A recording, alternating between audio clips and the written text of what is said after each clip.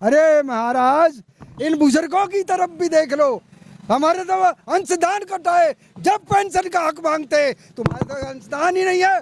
किस बात की पेंशन मांगते लेते हो तुम लोग? ये लोग हम लोगों का वैसे ये उम्मीद थी हम लोगों को कि आचार संहिता लगने से पहले हम लोगों का काम हो जाएगा। के लिए देश के अलग अलग हिस्सों से आज अलवर पहुंचे हैं और जा रहे हैं हम लोग इनके श्रम मंत्री के कार्यालय में, भूपेंद्र यादव जी के कार्यालय में ज्ञापन देके। हमारा विचार ये है, 70 साल हमको कांग्रेस ने शोषित किया और 7 साल से बीजेपी सरकार ने शोषित किया। कैमरामैन विजुअल पूरा दिखाइएगा एक बार।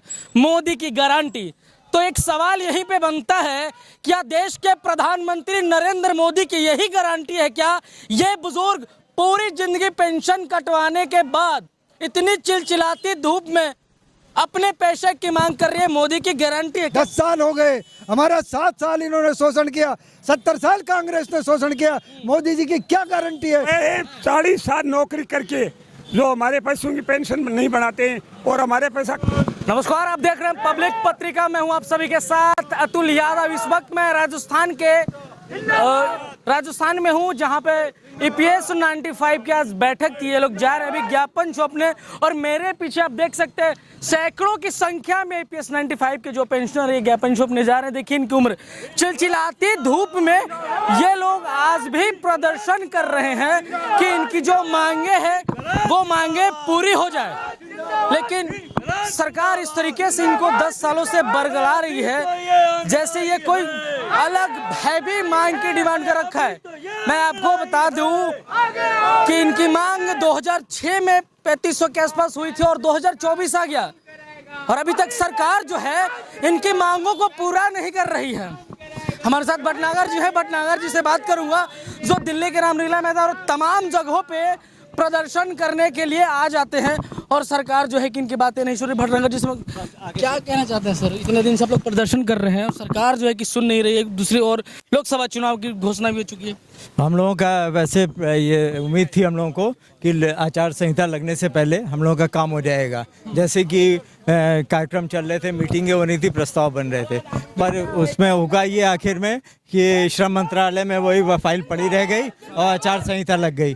तो सबका रोष जो है श्रम मंत्री जी के वो है कि इनकी वजह से काम नहीं हुआ। तो ये सब अलवर की जनता यहाँ पे इकट्ठा हुई है और हम लोग इसी इनका समर्थन करने के लिए देश के अलग अलग हिस्सों से आज अलवर पहुँचे हैं और जा रहे हैं हम लोग इनके श्रम मंत्री के कार्यालय में, भूपेंद्र यादव जी के कार्यालय में ज्ञापन देके वहाँ अपना विरोध प्रकट करेंगे और अपनी बात जैसे भी होगी वहाँ पे रखी जाएगी। चलिए, एक सवाल है सर, आचार संहिता लागू हो गया है, ऐसे में सरकार तो अपनी पार्टियां बनाने में, पार्टियां मजबूत करने में लगी, ऐसे में लग रहा है कि आपकी मांगे पूरी होगी? ऐसा है, ये CBT की बैठक बुला सकते हैं, स्पेशल बैठक, और ये जो है वृद्धों से संबंधित, कल्याण से संबंधित मामला है। अगर ये चाहें तो डिसीजन लेके चुनाव आयोग से परमिशन लेके ये लागू कर सकते हैं अगर ये चाहें तो। लेकिन चाहेंगे क्योंकि सरकार तो इस वक्त सरकार बनाने और बिगाड़ने में लगी पड़ी है ना।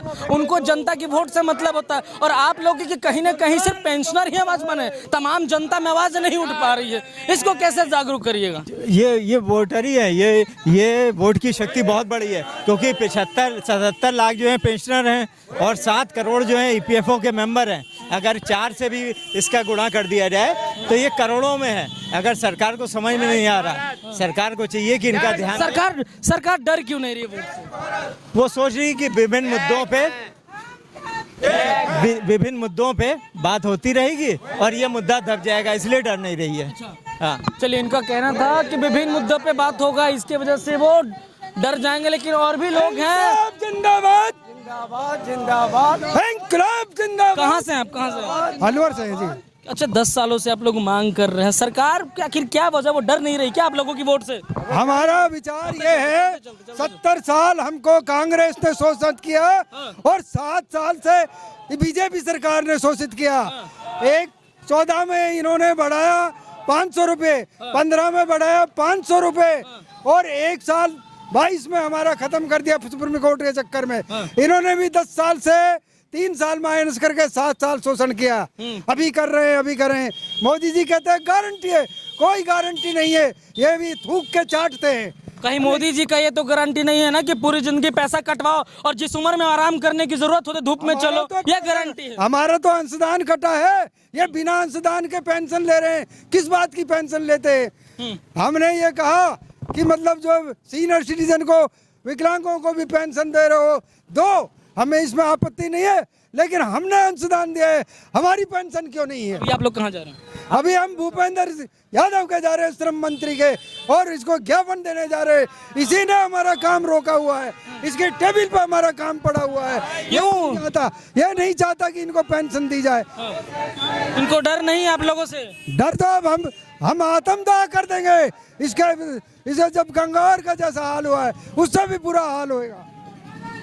क्या कहना चाहेंगे तब आप? क्यों नहीं सुन रही सरकार आपकी? ये सरकार तो निकम्मी है, इसलिए नहीं सुन रही है। हमारे जो झूठा वादा करती है कि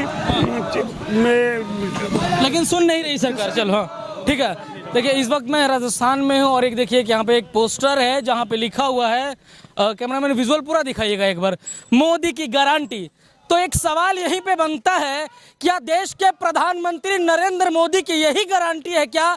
ये बुजुर्ग पूरी जिंदगी पेंशन कटवाने के बाद इतनी चिलचिलाती धूप में अपने पैसे की मांग कर रही है, मोदी की गारंटी है। कैसे देखते हैं आप इसको? हम ये कहते हैं मोदी जी से कि मोदी जी ने गारंटी, हमारी गारंटी पूरी क्यों नहीं की? 10 साल हो गए, हमारा 7 साल इन्होंने शोषण किया, 70 साल कांग्रेस ने शोषण किया। मोदी जी की क्या गारंटी है जो 10 साल में इनने पूरी नहीं की? इसलिए हम कहते हैं, अरे महाराज, इन बुजुर्गों की तरफ भी देख लो।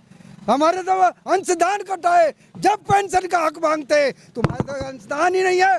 किस बात की पेंशन मांगते लेते हो तुम लोग? ये लोग तो 8-8, 10-10 पेंशन लेते, अगर 8 बार चुनाव जीते तो। ये कैसे ले रहे हैं? हमारा इनसे यही प्रश्न पूछना है। और इनकी गारंटी थी तो पूरी क्यों नहीं हुई?